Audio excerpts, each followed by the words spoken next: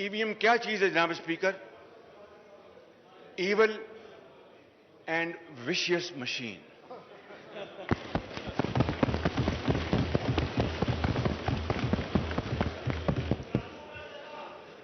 RTS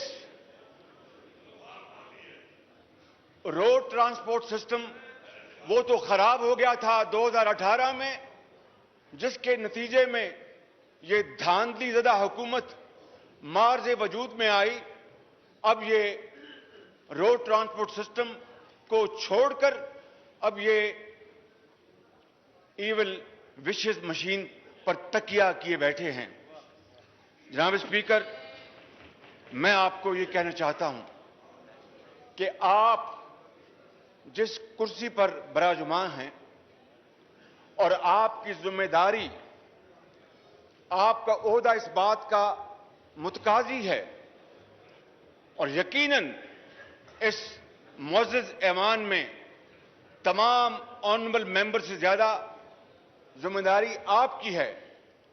और जिस कुर्सी पर आप बराजुमान हैं जनाब स्पीकर, यहां पर पाकिस्तान की तारीख में बड़े बड़े काबिल और बड़े ऑनरेबल स्पीकर आए, जिनमें मौलवी तमीजुद्दीन भी शामिल थे और जिन्होंने हाउस के तकद्दुस और वकार के लिए वो अदालतों में अपना मुकदमा लेके गए, सिंध हाई कोर्ट से मुकदमा जीता और उसके बाद जो कुछ हुआ इस part of history justice Munir ने अपनी किताब में सब कुछ लिख दिया है।